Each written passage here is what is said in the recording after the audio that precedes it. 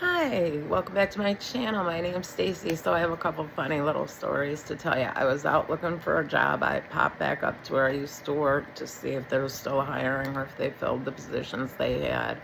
And she said the owner is going to be up there tonight. Fingers crossed she's going to talk to him. I stopped at another place. Their owner was in the back and I didn't want to go drag him out. And I mean, I would really, to be honest, the employee should have offered to, instead of just saying, oh, the owner's in the back, you can go yell if you want to talk to him. Like, I go, hey, are you hiring? Like, that is like the rudest thing on earth. You know, that's the difference. If I was the employee, I would have been like, oh, give me 1 second. And I would have gone and got him, but anyway. I thought that was so funny. So as I was telling my mom what was going on while I was out running around, my daughter came in. And like I used to say, I would come in from work and unload about the stressful day I had grooming dogs and dealing with clients that are like, well, I don't understand why you couldn't brush my husky more. Ma'am, because your dog was trying to bite me. So I was able to brush from like the shoulders back. But unfortunately, I couldn't brush around his neck because that's where his teeth are. Those kind of conversations. Well, she works with children. So she lifeguards part of the year. And then when summer camp's in session, she works for summer camp. And she's now a unit lead because she's been there a couple of years.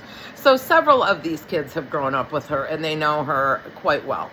And, she's the one that they always get when the kids won't behave. And they're like, they won't listen to me. And they will go get my daughter, who will be like, Geronimo, and every kid freezes. She's the kind of kid that can yell, Johnny, and every kid who's got their name might not even be Johnny, but if it could be Brian, but they hear that N sound, their head turns.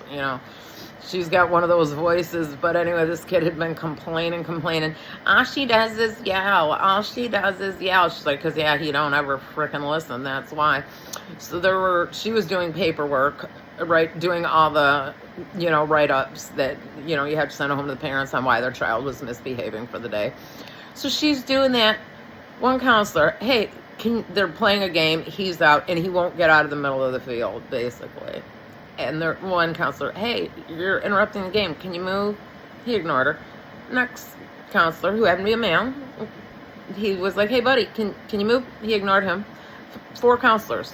4. 1, 2, 3, 4. All politely said, hey, can you move out of the way? And the kid would not even acknowledge them. And they were like, hey, yelled to my daughter who was doing paperwork, but face won't listen. And she stood up and she was like, get out of there. And he got up and looked at the other counselors, pointed at all 4 of them and laughed, and then booked it to my daughter, where he then sat right by her feet, because he knew he was in trouble. He knew where to go. But it just made me laugh so hard, because that apple doesn't fall far.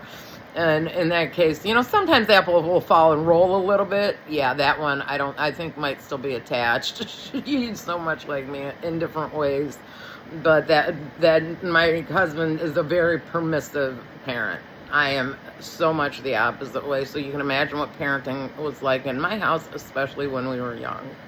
Because he's like, you're so mean to the kids. It's like, I'm not mean. I want them to pick up their toys. They know what a book is. They can put the book on the dresser. I knew how to clean my room when I was 5. Books went in the dresser. Socks went in your sock drawer. This is not rocket science. This is how you teach children to be self-reliant. And this is why our youngest kid, who now will clean his room because he doesn't like to be in a mess. The funniest true story about what really helped me to get this kid want to clean his room was the first time I took him on vacation alone. Because prior to me, and it was during COVID, and he was young and going stir crazy, his ADHD.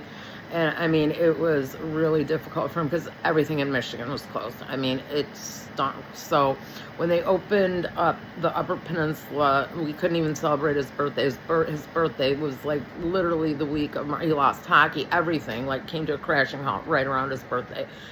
Poor kid didn't even get a birthday party.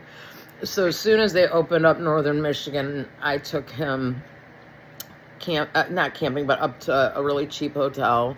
It was it was like a little motel, and it had what we needed in it. It had air conditioning and a cable line. So, and it was right by where I kayak. like where I like to take the kids to go kayaking. So, you know, it was perfect. And we didn't have a lot of money. I think that whole trip we paid $300. We were gone for 4 nights, 5 days, and I think it cost under $500. And that includes gas and food. I mean, it was an amazing trip.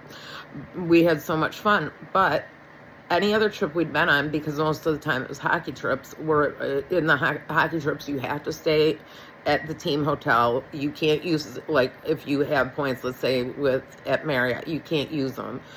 Like, you have to be able to pay cash for these or credit, but you know, these rooms you have to pay the rate that you can upgrade, like, because some families would get suites or adjoining rooms, but you have to stay at the hotel or they can't play. So it was always 5 of us in one room. You know, someone's, you know, one of the usually my daughter would be, well, it kind of depended. My daughter and I would be in one bed, my husband and the boys would be in the other, until Noah got too big to fit in there. So then either he or my husband would be on the couch.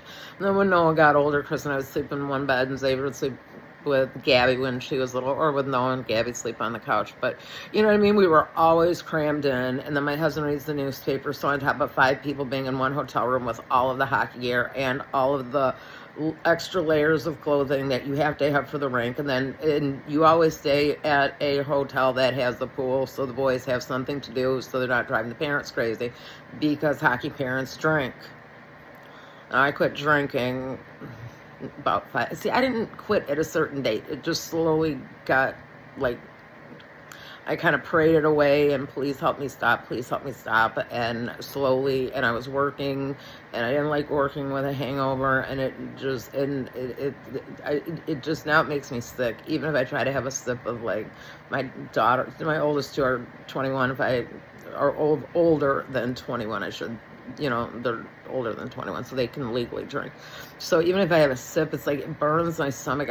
But I was a fall down drunk. So, you know, it was not a good time being in a tiny, you know, hotel room with 5 people with all this, you know, we've got bathing suits and towels and gear for the rink, and then you're always buying crap at tournaments. So then you got all the tournament stuff you're trying not to lose, because there's photos and stuff, you know, I mean, they kill you with that. And if you can't afford it because you're the one family who can't get the photos or can't get a hoodie if they win, I mean, it makes your kid feel like crap. I mean, it just, so the first time I was able to take me and him on vacation, it was a good time, and it was just us, and it was just our stuff.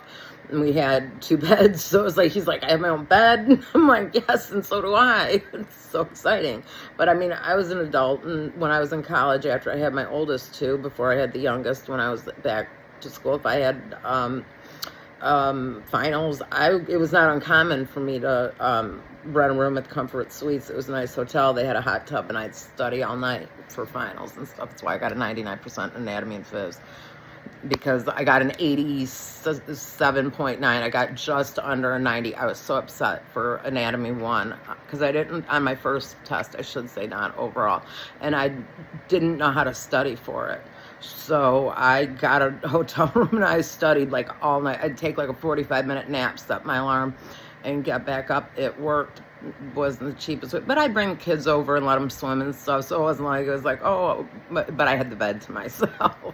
But anyway, so when he and I went up, the first thing we did when we got there, we got the room key, and it was like, okay, we are unpacking the car. But I wanted to set up the PlayStation, and he was about 8. I'm like, we're unpacking the car. It'll take 10 minutes at most. And one of the employees was it was a little, like, there's outside stairs, so you know, it was like where, like, the key, like, you get into the door from outside, not like you go inside. The room is like in an inside hallway. My daughter won't stay in those. We stayed in one. Sorry, my shoulder's killing me. But anyway, yeah, so we trucked our stuff up, and one of the employees helped us. It took us like 5 minutes, and he's like, okay, can I set it up now? I said, just put your clothes away. Hang on a minute. I'm like, you have like 8 things with you, just put your stuff away. But now that's like just how we travel. You know, everything gets put away, and then PlayStation gets set up, computer gets set up, we go to the pool. But it was a nice thing that began with our first solo trip. But I gotta run. I got knocking at the door. So please like, share, subscribe. I will see you in the next video. Bye.